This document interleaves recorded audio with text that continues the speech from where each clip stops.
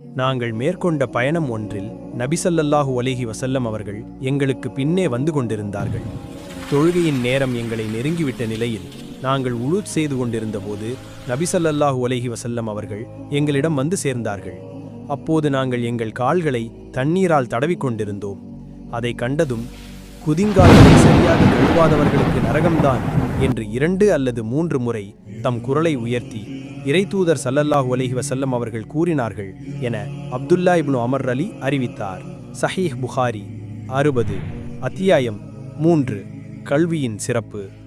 நாங்கள் மேற்கொண்ட பயணம் ஒன்றில் நபி ஸல்லல்லாஹு அலைஹி வஸல்லம் அவர்கள் எங்களுக்கு பின்னே வந்து கொண்டிருந்தார்கள். தொழுகையின் நேரம் எங்களை நெருங்கிவிட்ட நிலையில் நாங்கள் உலூத் செய்து கொண்டிருந்தபோது நபி ஸல்லல்லாஹு அலைஹி வஸல்லம் அவர்கள் எங்களிடம் வந்து சேர்ந்தார்கள். அப்போது நாங்கள் எங்கள் கால்களை தண்ணீரால் தடவிக்கொண்டிருந்தோம். அதை கண்டதும், குதிங்கால்களை சரியாக கழுவாதவர்களுக்கு நரகம்தான் என்று 2 அல்லது 3 முறை தம் குரலை உயர்த்தி இறைத்தூதர் ஸல்லல்லாஹு அலைஹி வஸல்லம் அவர்கள் கூறினார்கள் என அப்துல்லா இப்னு அமர் அலி அறிவித்தார். சஹீஹ் புகாரி 60. அத்தியாயம் 3. கல்வியின் சிறப்பு. நாங்கள் மேற்கொண்ட பயணம் ஒன்றில் நபி ஸல்லல்லாஹு அலைஹி வஸல்லம் அவர்கள் எங்களுக்கு பின்னே வந்து கொண்டிருந்தார்கள். தொழுகையின் நேரம் எங்களை நெருங்கிவிட்ட நிலையில் நாங்கள் உலூத் செய்து கொண்டிருந்தபோது நபி ஸல்லல்லாஹு அலைஹி வஸல்லம் அவர்கள் எங்களிடம் வந்து சேர்ந்தார்கள்.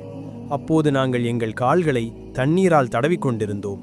அதை கண்டதும், குதிங்கால்களை சரியாக கழுவாதவர்களுக்கு நரகம்தான் என்று 2 அல்லது 3 முறை தம் குரலை உயர்த்தி இறைத்தூதர் ஸல்லல்லாஹு அலைஹி வஸல்லம் அவர்கள் கூறினார்கள் என அப்துல்லா இப்னு அமர் அலி அறிவித்தார். சஹீஹ் புகாரி 60. அத்தியாயம் 3. கல்வியின் சிறப்பு.